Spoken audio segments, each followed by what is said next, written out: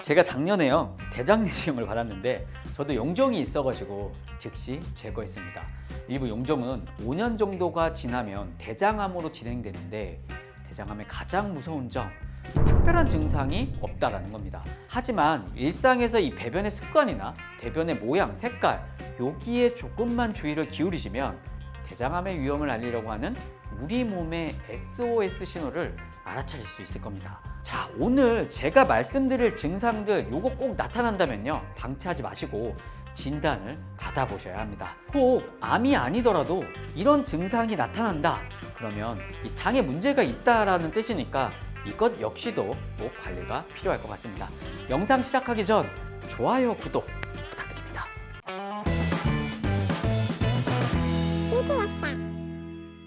먹는 것이 곧 나를 만든다. 안녕하세요, 리틀약사입니다. 오늘의 영상 순서는요 일단 대장암에 대해서 짧게 말씀드리고 대장암의 위험이 있거나 걸렸을 때 내 몸이 어떤 신호를 보내는지 말씀드리고 마무리하도록 하겠습니다. 구독, 좋아요.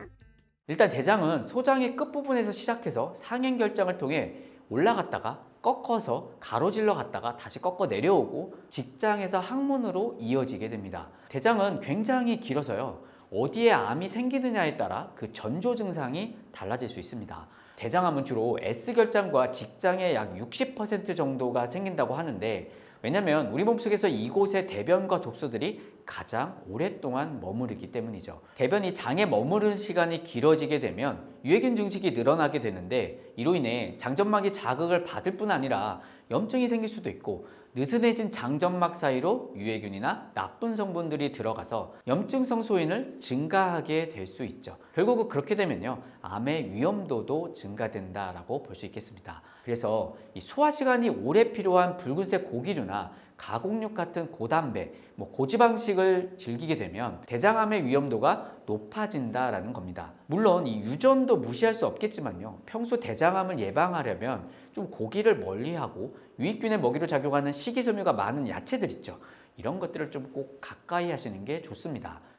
정상적인 장세포에서 이 변이가 일어나서 암세포로 변하는 데는 상당한 시간이 필요합니다. 대장 내시경을 했을 때 우리가 용종이 있는 경우 있죠. 이 용종이 대장암으로 진행되는 시간도요 보통 5년에서 10년 정도라고 합니다. 그리고 그 긴 시간 동안 암이 진행되면 진행될수록 더욱더 뚜렷하게 나타나는 증상들이 있습니다.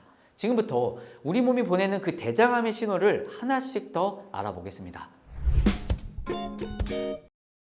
대장암의 첫 번째 신호, 바로 배변 습관이 변한다라는 겁니다. 갑자기 변이 가늘어지거나 변비가 생기거나 또는 설사가 지속된다라는 거죠. 물론 이런 증상은 일상적으로 겪을 수 있는 흔한 증상일 수도 있습니다. 최근에 먹은 음식들 때문에도 나타날 수 있죠. 그러나 없던 변비 혹은 설사가 이상하게 지속된다 이러면 대장암도 의심해 볼 필요가 있습니다. 특히 변이 가늘어지거나 변비가 생기는 증상은요 요 내려가는 하행결장 쪽에 암이 생길 때 더 잘 나타난다고 합니다. 한눈에 이렇게 보셔도요 이 우측보다 왼쪽이 가는 게 보이시죠? 변이 내려가는 길이 이렇게 좁아지게 되면 생기는 현상들이 변비라든지 변이 매우 가늘어진다는 겁니다. 꼭 암이 아닐 수 있겠지만요 다른 장질환도 원인이 될 수 있으니 꼭 한번 진단을 받아보시길 권장합니다. 대장암의 두 번째 위험 신호, 바로 혈변과 점액변입니다. 혈변은 크게 붉은색 피가 변에 그대로 보이거나 변 자체가 아예 검은색으로 되는 이 두 가지 타입이 있습니다. 우선 이 짜장 소스처럼 아주 새카만 흑변으로 보이는 거는요 대장암이 깊은 안쪽에서 주로 생겼을 때 나타납니다. 그리고 붉은색 변은요 직장 근처나 S결장에 가까운 쪽에 생겼을 때 나타날 수 있습니다. 물론 혈변은 치질인 경우가 많아서 그냥 방치하는 경우도 많은데 대장암일 수도 있기 때문에 혈변을 본다면 꼭 내시경을 통해서 한 번은 확인해 보실 필요가 있습니다. 그리고 이 혈변에 이 점액질 같은 것들이 섞어 나온다, 더더욱 꼭 병원에서 체크해 보시길 바랍니다. 세 번째, 이 대장암이 생기면 방귀와 대변 냄새가 아주 고약해집니다. 이거 원래 냄새가 나는 거 아니야? 이렇게 생각할 수 있는데요. 장내 세균층이 건강하면 의외로 냄새가 별로 안 납니다. 하지만 대장암이 발생하게 되면 대장에서의 이 부패가 심해지게 되고 뭔가 말로 설명할 수 없는 특이한 생선 비린내 같은 것들이 날 수 있습니다. 만약 한 달 이상 이 냄새가 너무 지독하고 방귀 냄새도 고약하다, 여기에 또 다른 대장암 신호가 겹친다, 이러면 꼭 진료받아 보시길 바랍니다. 대장암의 이 네 번째 신호는요, 이 복통입니다. 복통의 이유는 뭐 손에 꼽을 수 없을 정도로 많지만요, 대장암이 있을 때도 배가 많이 아플 수 있습니다. 왜냐하면 대장암의 크기가 점점 커지게 되면 대장을 점점 막기 때문에 통증이 심해집니다. 이때 복통은 어느 한 부분만 나타나는 게 아니라 뭔가 전체적인 통증이 있고요, 구역질과 구토가 동반되는 게 특징입니다.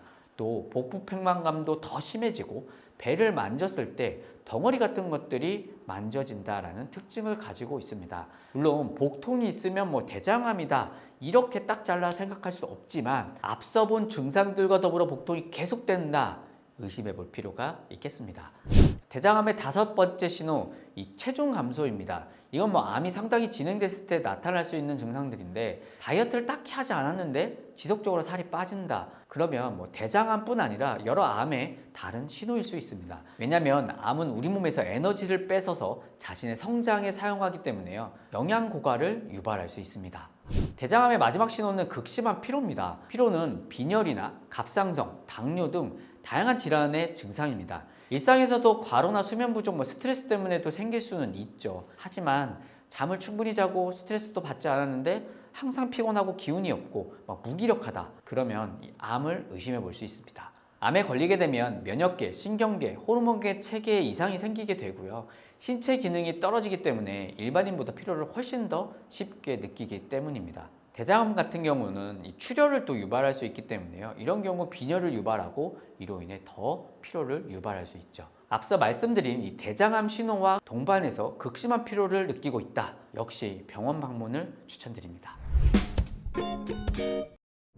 여기까지 대장암의 증상들을 좀 알아봤는데요, 보신 것처럼 대장암은 놓치기가 쉽고 여러 가지 일반적인 증상들과 겹치는 부분들이 많습니다. 그래서 좀 방치하는 경우들이 많은데요, 이 대장암의 비율 세계적으로 아주 높은 편에 속하고 국내에도 계속적으로 젊은 층을 상대로 증가하고 있습니다. 물론 다른 암에 비해 비교적 생존율도 높고 예후도 괜찮은 암이라고는 하지만 이 세상에 착한 암은 없겠죠. 가장 좋은 건 암에 안 걸리는 거기 때문에 평소 육류나 인스턴트, 가공식품들을 좀 멀리 해주시고요, 맛은 좀 떨어질 수 있는데 의식적으로라도 채소 과일류를 좀 즐기시는 거, 이런 것들이 꼭 필요하지 않을까 생각합니다. 오늘 살펴본 이 사소한 증상이라고 해도 암은 평소 습관이 누적돼서 나타납니다. 꼭 여러분의 습관을 조금 개선해 보시길 바라겠습니다. 못 고치는 병은 없습니다. 못 고치는 습관만 있을 뿐입니다. 구독, 좋아요, 댓글, 알림까지 잊지 마십시오. 지금까지 이트랙이었습니다. 구독을 원하신다면 이쪽, 더 많은 영상들을 보고 싶다면 이쪽,